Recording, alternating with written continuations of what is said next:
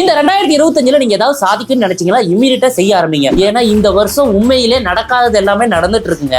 ஓப்பனா சொல்றேங்க, சும்மா இல்ல. 12 வருஷமா ரிலீஸ் ஆகாத மதகத ராஜா கூட ரிலீஸ் ஆயிருக்கு. இதுலயே 17 வருஷத்துக்கு அப்புறம் 18வது வருஷமா ஆர்சிபி கப்பு வாங்கியிருக்கு. முக்கியமா 2024 பிப்ரவரி மாசம் 9ஆம் தேதி ரிலீஸ் ஆன லால் சலாம் படம் ஆர்டிஸ்ட கண்டுபிடிச்சு அந்த படத்தை எக்ஸ்டர்னல் வெர்ஷனா சன் நெக்ஸ்ட்ல OTT-ல ரிலீஸ் ஆயிருக்கு. நார்மலா படம் ரிலீஸ் ஆகும்போது 2.5 மணி நேரம், இப்ப 2 மணி நேரம் 45 நிமிஷம் 15 நிமிஷம் எக்ஸ்டெண்ட் பண்ணிருக்காங்க. அதனால என்ன யூஸ்ங்கறத வாங்க பார்க்கலாம். வீடியோ பார்த்தா மட்டும் போதாது, ஃபாலோ பண்ணனும், லைக் பண்ணனும், முக்கியமா தப்பு இருந்தா கமெண்ட் பண்ணனும். ஆக்சுவலா இந்த படம் OTT-ல ரிலீஸ் ஆவறதுனால யாருக்கு யூஸ் இல்லையோ டைரக்டருக்கு யூஸ். ஏன்னா அவங்க இப்ப சைலண்டா ஒரு படம் பண்ணிட்டு இருக்காங்க. அந்த படம் கூடிய விரைவில் வரதுனால இந்த படமே என்ன OTT-ல வரணும்னு கலாய்க்க கூடாதுங்கிறதுக்காகவே ரிலீஸ் பண்ணிருப்பாங்க போல. ஏன் சொல்றேன் அப்படின்னா, இந்த படத்தோட டைரக்டர் ஒரு மிகப்பெரிய சூப்பர் ஸ்டாரோட பொண்ணு. சூப்பர் ஸ்டார் யாருக்கு படம் பண்ணிட்டு இருக்காரு? சன் நெட்வொர்க்குக்கு. இப்ப படம் எந்த OTT-ல ரிலீஸ் ஆயிருக்கு? சன் நெட்வொர்க்ல. ஸ்டார் கிட்ஸ் வா